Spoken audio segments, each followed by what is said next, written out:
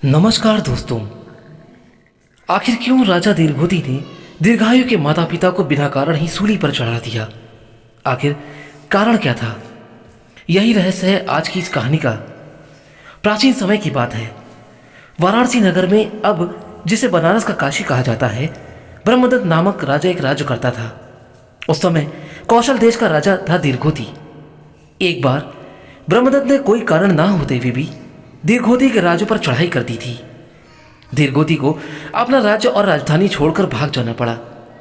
उसने सन्यासियों का सा वेश बनाकर देशांतर में घूमना शुरू कर दिया था। अंत में काशी आकर एक कुम्हार के यहाँ डेरे डाल लिए। उसके साथ उसकी रानी भी थी। रानी को अपने पति से इतना प्रेम था कि अत्यंत संकट के दिनों में भी वह छाया की तरह ही उसके संग अंग रहती थी। रानी गर्भवती थी, उसकी संतान होने ही वाली थी। कुम्हार के यहां आकर उसने एक पुत्र को जन्म दिया। राजा ने पुत्र का नाम रखा था दीर्घायु। दीर्घायु कुछ जब बड़ा हुआ, उसने अपने आप का होश संभाला। अब राजा और रानी ने आपत्तियों से सुरक्षित रखने के लिए उसे विदेश में भेज दिया, क्योंकि वो जानते थे कि कभी भी कोई ना कोई राजा उस पर आक्रमण कर सकता है। कुछ समय के पश्चात ब्रह्मदत्त को पता चला कि राजा दीर्घोती भेष बदलकर उसकी राजधानी में ही रहता है और रानी भी उसके साथ निवास कर रही है। तो उसका क्रोध का ठिकाना ना रहा। उसे बहुत अत्यंत ही क्रोध आया। उसने अपने मंत्रियों को आदेश जारी किया कि राजा रानी को पकड़कर सभा में लेकर आया जाए और दोनों को सूली पर चढ़ा दिया जाए। दीर्घायु को जब यह संवाद मिला तो वह अपने माता पिता के अंतिम दर्शनों के लिए काशी आया। राजा दीर्घोती ने पुत्र को उपदेश दिया कि बेटा, ना अधिक देखना, ना थोड़ा ही खाना। हिंसा कभी प्रतिहिंसा द्वारा पराजित नहीं होती। लड़ाई को लड़ाई द्वारा नहीं जीता जा सकता। शत्रुता जवाबी शत्रुता से नहीं मिट सकती। मित्रता और प्रेम द्वारा ही हिंसा, लड़ाई या शत्रुता को हराया जा सकता है। यही श्रेष्ठ धर्म है। राजा का आदेश कब टलने वाला था?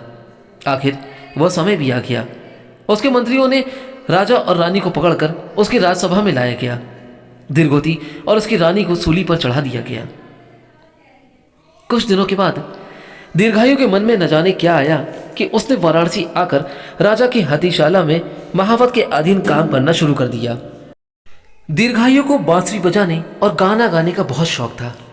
वह प्रतिदिन भोर के समय जी खोलकर बांसुरी बजाया करता था। एक दिन उसकी बांसुरी की मधुरता ने राजा ब्रह्मदत्त के कानों में पड़ गई। सुनते ही राजा मंत्रमुग्ध हो गया। उसने महावत से पूछा कि प्रतिदिन भोर के समय यहां कौन है जो बांसुरी बजाया करता है। महावत ने दीर्घायु का नाम ले लिया। राजा ब्रह्मदत्त ने दीर्घायु को अपना पार्षद अंगरक्षक बनाने के लिए फैसला कर लिया और उसे बुलाया गया। एक दिन राजा ब्रह्मदत्त शिकार खेलने को बाहर निकला। शिकार खोजते खोजते वो बहुत दूर निकल गया था। उसके सब संगी पीछे रह गए। हाँ, केवल दीर्घायु था जो उसके साथ ही था।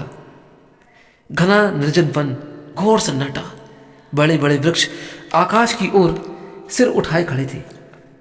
राजा थक करके एक घने वृक्ष की छाया में बैठ गया। धीरे धीरे करके उसने वहीं पर डोरे डाल दिए और वह अपना सिर दीर्घायु की गोद में रखकर सो गया। एकाएक दीर्घायु के मन में पिछली बातों की याद ताजा हो गई। उसने सोचा कि यही वह दुष्ट ब्रह्मदत्त है ना, जिसने उसके माता पिता को बिना ही कोई कारण के, बिना निर्दोष ही सूली पर चढ़ा दिया था। अब यह सुअवसर आ गया है। क्यों ना अपने माता पिता की मृत्यु का बदला चुका लूं। उसकी आंखों में खून उतर आया। हृदय के भीतर प्रतिशोध की ज्वाला भड़कने लगी। उसने कोष से अपनी तलवार खींची, परंतु ये क्या? एकाएक उसके कानों में एक आवाज आई, हिंसा को प्रतिहिंसा से पराजित नहीं किया जा सकता बेटा। दीर्घायु ने चौंक कर इधर उधर देखा, लेकिन कोई भी दिखाई नहीं दिया। वो सोच रहा था कि आखिर ये आवाज आई तो आई कहां से। शत्रुता को जवाबी शत्रुता से कभी मिटाया नहीं जा सकता। फिर वही आवाज आई, बहुत ही निकट से और अत्यंत बिल्कुल स्पष्ट रूप से। अब दीर्घायु को यह जानी पहचानी ही प्रतीत हुई। उसको लगा कि यह आवाज बहुत ही सुनी हुई सी है। यह आवाज उसके दिवंगत पिता की थी। हाँ, कोई और नहीं, उसके मरे हुए माता पिता की थी। अंतिम भेंट के समय पिता ने उसके जो सदुपयोग दिया था, जो उपदेश उसके पिता ने आखिरी समय उसको दिया, उसका एक एक शब्द उसके हृदय की गहराइयों में प्रतिध्वनित हो रहा था। बार बार यही आवाज़ें उसके दिलो दिमाग में गूंज रही थी। जिस प्रकार सुई की रगड़ से ग्रामोफोन के रिकॉर्ड में भरी हुई आवाज़ आने लगती है, उसी प्रकार विचारों के संघर्ष से दीर्घायु के हृदय में समाया हुआ पिता का उपदेश पूरी तरीके से परिस्फुटित हो रहा था। वह चकित होकर सुन रहा था। दीर्घायु ने अपनी तलवार को वापस गोश में डाल दी और कच की एक हल्की सी आवाज से आसपास की वायु में समा गई। अचानक ही राजा ब्रह्मदत्त की नींद खुल गई। वो कांपते कांपते बोला, बेटा, मैंने बहुत भयंकर स्वप्न देखा है। सपने में तुम मुझे मौत के घाट उतारने लगे थे। दीर्घायु ने कोष से तलवार खींच ली। बोला, महाराज, आपका स्वप्न झूठा नहीं था। आपने एक समय मेरे पिता का वध किया था और हमारा राज्य छीन लिया था। आज मैंने आपके उसी अत्याचार का बदला लेने का संकल्प किया है। उस समय राजा निरुपाय निसहाय था, निहत्था था। उससे अत्यंत विनय भाव से अपने प्राणों की भिक्षा मांगते हुए कहा, बेटा, बेटा, मुझे क्षमा कर दो, मुझे मेरे जीवन का दान दे दो। मैं अत्यंत आर्द्र होकर तुमसे भिक्षा मांग रहा हूं। दीर्घायु ने उत्तर दिया, आप सच्चे हृदय से प्रतिज्ञा कीजिए कि आप मुझे कभी भी मरवाएंगे नहीं, तब मैं आपके प्राणों को हानि नहीं पहुंचाऊंगा। राजा ने प्रतिज्ञा की कि मैं तुम्हारे जीवन को कदापि हानि नहीं पहुंचाऊंगा। तुम इस समय मेरे प्राणों की रक्षा करो, तुम्हारा सदा मैं जीवन भर तक आभारी रहूंगा। दीर्घायु ने राजा के वचनों पर विश्वास किया। दोनों ने एक दूसरे के हाथ में हाथ देकर प्रतिज्ञा के पालन करने की शपथ उठाई। इसके बाद दीर्घायु ने सारा भेद खोल दिया और राजा को बताया कि मेरे पिता ने मुझे जो अंतिम उपदेश दिया था, उस समय जब वो सूली पर चढ़ने वाले थे, तो उसी के कारण आज मैं आपके प्राणों की भिक्षा दे रहा हूं। राजा ने पूछा कि वह उपदेश क्या है। दीर्घायु ने बताया, अधिक ना देखना, ना थोड़ा ही देखना। हिंसा को कभी प्रतिहिंसा द्वारा पराजित नहीं किया जा सकता। राजा ने पूछा कि इसका अर्थ क्या है।